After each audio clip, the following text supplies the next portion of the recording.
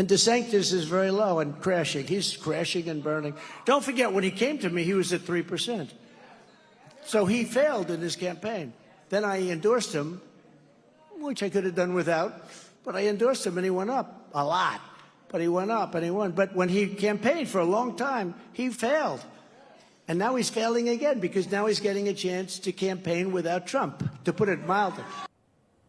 Former President Trump in New Hampshire this week in rare form, hitting Florida Governor Ron DeSantis' poll numbers. This comes as DeSantis may soon announce a run for the White House. We're hearing by early June. The latest Emerson poll showing Trump ahead of the Florida governor by a whopping 46%. It is not a deterrent to one of Donald Trump's highest profile surrogates and advisors, who is now working for a new political action committee backing DeSantis, Republican strategist, former director of press communications for Trump 2020, and now the communications director for the Never Back Down super PAC, Erin Perrine, is here. Erin, welcome back to the show. You've been on the program many times. You were a staunch supporter and advisor, a senior advisor of the former presidents. Why did you make that switch to backing DeSantis and be a part of Never Back Down? It's really not about me. It's about the country. It's about who's going to have the best opportunity to deliver the next generation and future leadership and the results this nation needs. I fully believe that's Governor Ron DeSantis, the opportunity for him to serve 8 years versus what would only be 4 years of the former presidents.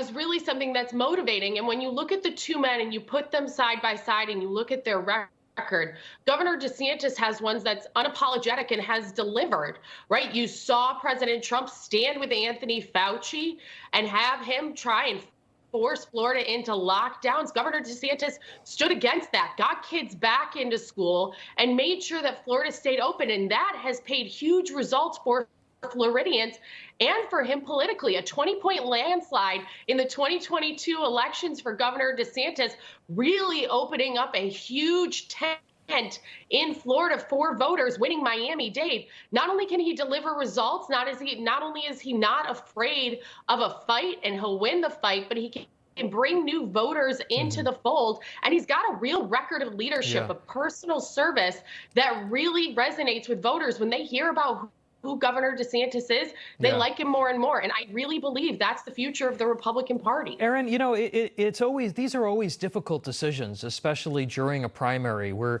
people do have to, within the party, they do have to take sides. Must have been a hard decision for you personally, because you were very effective and staunch surrogate and supporter for the former president. Was there a particular issue, whether it was COVID or something else, that pushed you over to saying, okay, I think that the party should move on? It's about leadership, and it's about who's going to make sure we get this country back on track. We saw a unified Democrat government in D.C. We saw it destroy. We saw it bring inflation, higher crime, more open borders, and a crisis across this country.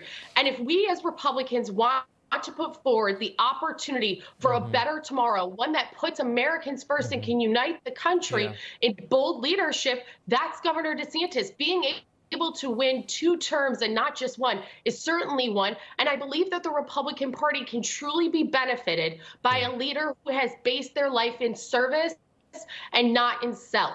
And that has been Governor DeSantis' story. You know, Erin, we played the comments from the former president at the top. Also, in a separate interview, Trump said the following, quote, "I got him the nomination. He could have never have gotten the nomination. He would be working either in a pizza parlor place or a law office right now." Look, Erin, if I were Trump and I saw some of these numbers, I would be sort of attempting to build a sense of inevitability too. Why is the former president wrong about the polls and the state of the electorate?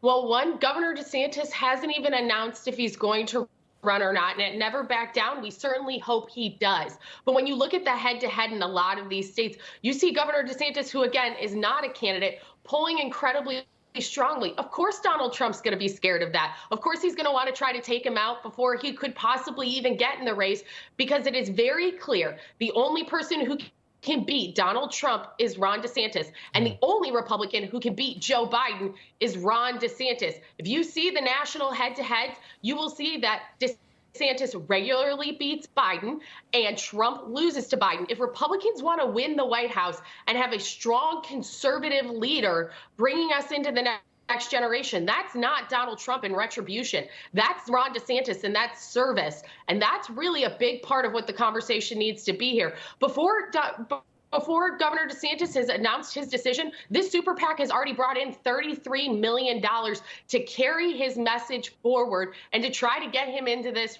race. That's almost more than Donald Trump raised in a whole quarter being able to have a joint fundraising entity. The support, the grassroots movement is behind Ron DeSantis right now. And it's not behind Donald Trump. Easy to see why the former president would be scared of that. The spokesperson for the Trump campaign released a white paper this week about Governor DeSantis' record. You talked about the record earlier, saying, quote, "The real DeSantis record," and this is from the Trump campaign, "is one of misery and despair. He's left a wake of destruction all across Florida, and people are hurting because he has spent more time playing public relations games instead of actually doing the hard work needed to improve the lives of the people he represents." It's a pretty strong, some would say a little hyperbolic statement there. Erin, your reaction? It's really sad to see that Donald Trump and his campaign would disparage the state of Florida, one of the fastest growing states in the country. If Donald Trump is so unhappy in Florida, we at Never Back Down, our CEO, Chris Jankowski, we've offered financial assistance for the former president to move out of Florida and go to California, where he has admitted he's great buddies with Gavin Newsom. To see a former sitting president disparage a state that has excelled under Republican leadership with the most successful and truly one of the most popular politicians in the country, that is a desperate political attack by someone who knows that a man who's not even in the race yet for president really has the best chance to beat him. And hey, if Donald Trump doesn't want to be in Florida, if it's so bad, he's welcome to leave, and Never Back Down is happy to help him do so. Erin, I just have a few seconds left with you. Florida's House and Senate have passed amendments to the Resign to Run law this week, which would allow DeSantis to run for president without resigning as governor of the state. We're hearing that there could be an announcement as early as early June. What do you see the PAC doing between now and then? We're going to continue to build the grassroots movement of Never Back Down. We have staff on the ground in the first 4 states. We're starting to get the governor's message out of service, of person, of personality, and of country first. That is one that's starting to resonate, and we certainly hope that Governor DeSantis decides to get in this race. All right, we're going to thank you, Erin Perrine. Good to see you again, and I'm sure that we will have you back as this race heats up. Appreciate it. Thank you.